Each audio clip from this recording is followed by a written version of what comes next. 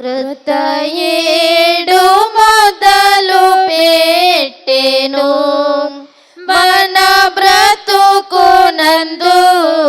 కృత ఏడు మొదలు పెట్టెను కృత మనసు తోడ మీరు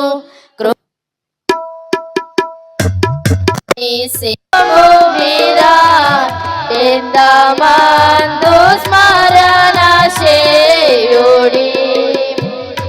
ఐదు మీరు మొదలు పెట్టు పందే మందు గెల్వవలయు.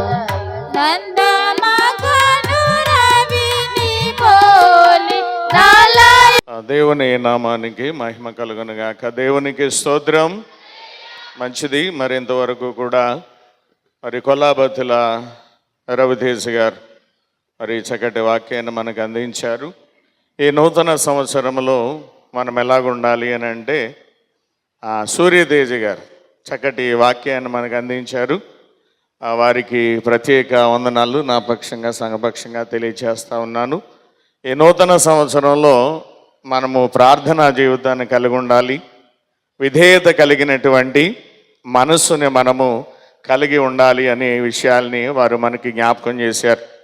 యేసుప్రభు వారు వచ్చింది కూడా ఈ విషయాల్ని ప్రకటించడానికే. లూకాసు వార్తలో ఈరోజు మనం చదువుకున్న లేఖన భాగంలో ఆయన ప్రభువు హితవత్సరము ప్రకటించడానికి ఆయన వచ్చాడు అని మనము తెలుసుకున్నాం. ఆయన ప్రకటిస్తూ ఉండగా మనం ఏం చేయాలి అని అంటే వినేవారముగా మనం ఉండాలి. ఈరోజు పాత నిబంధన పాఠం అదే మనకు తెలియపరుస్తూ ఉంది. మొదటి 55వ అధ్యాయంలో 3వ వచనంలో వాక్యం ఇలా సెలవిస్తూ ఉంది. చెవియొగ్గి నా యొద్దకు రండి, మీరు వినిన ఎడల మీరు బ్రతుకుతారు. నేను మీతో అప్పుడు నిత్య నిబంధన చేస్తాను, దావీదునకు చూపిన శాశ్వత కృపను మీకు నేను చూపిస్తాను అంటున్నాడు. కనుక ఆయన ప్రకటించడానికి వచ్చాడు. ఆయన ప్రకటనను మనం ఏం చేయాలి అని అంటే వినాలి. వింటే మనం బ్రతుకుతాం. వింటే బ్రతుకుతాం. కనుక ఆయన వింటే ఏమి చూపిస్తానని చెబుతున్నాడు అని అంటే దావీదునకు చూపినటువంటి శాశ్వతమైన కృపను చూపిస్తానంటున్నాడు. కానీ మనుషులు ఏం చేస్తున్నారు అని అంటే సంవత్సరాలు గతించిపోతా ఉన్నాయి. ఇందాక సూర్యతేజ గారు చెప్పారు, క్యాలెండర్లు మారుతున్నాయి, కాలాలు మారిపోతున్నాయి, కానీ మన ఆత్మీయ స్థితిలో మార్పు ఉన్నదా లేదా అని వారు ప్రశ్నించారు. దానిని మనం పరిశీలన చేసుకోవాలి.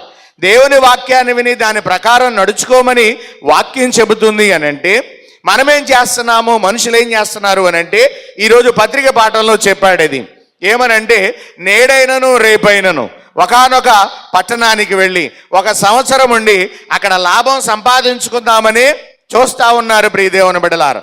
అంటే సంవత్సరాలు పెరిగే కొద్దీ మనుషులో మార్పు లేదు, కానీ లాభాల సంపాదన విషయంలో మాత్రమే మనసు పెడతా ఉన్నారు. కాబట్టి ఇలా చేయుట మంచిది కాదు అని చెబుతున్నాడు. చివరిలో ఏమన్నాడు అని అంటే మేలైనది చేయనెరిగి అలాగూ చేయని వానికి పాపము కలుగును అంటాడు. కనుక మేలు ఏంటి అని కనుక మనం ఆలోచన చేస్తే దేవుని యొక్క మాటను విని ఏమండి బ్రతుకుతూ మనము జీవిస్తే దేవుడు మనకి ఖచ్చితమైనటువంటి మేలుల్ని అనుగ్రహిస్తాడు. కాబట్టి మేలైనది చేయకుండా మనం ఏం చేస్తున్నాము అని అంటే తెలిసి కూడా పాపం చేస్తున్నాం. కాబట్టి ఏం చెప్పాడు అని అంటే పాత నిబంధన పాఠం 7వ వచనములో మీ మార్గములను మీ క్రియలను ఆయన దిద్దుకోమన్నాడు. చదువు అమ్మాయి ముగించేసుకుందాం.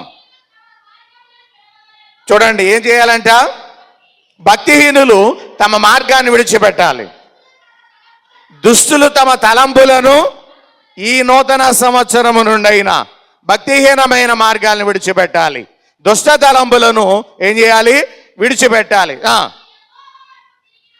విడిచి ఏం చేయాలని అంటే ఈ నూతన సంవత్సరము నుండి అయినా యెహోవా వైపు తిరిగితే ఆయన వారి యందు జాలిపడును.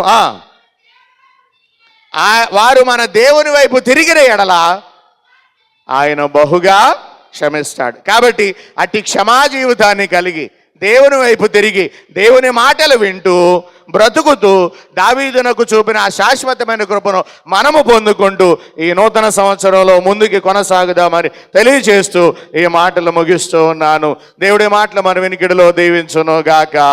ఆమేన్. సమస్త జ్ఞానమునకు మించిన దేవుని సమాధానం యేసుక్రీస్తు వలన మీ హృదయములకును హృదయం తలంపులకు కావలియుండును గాక. ఆమేన్.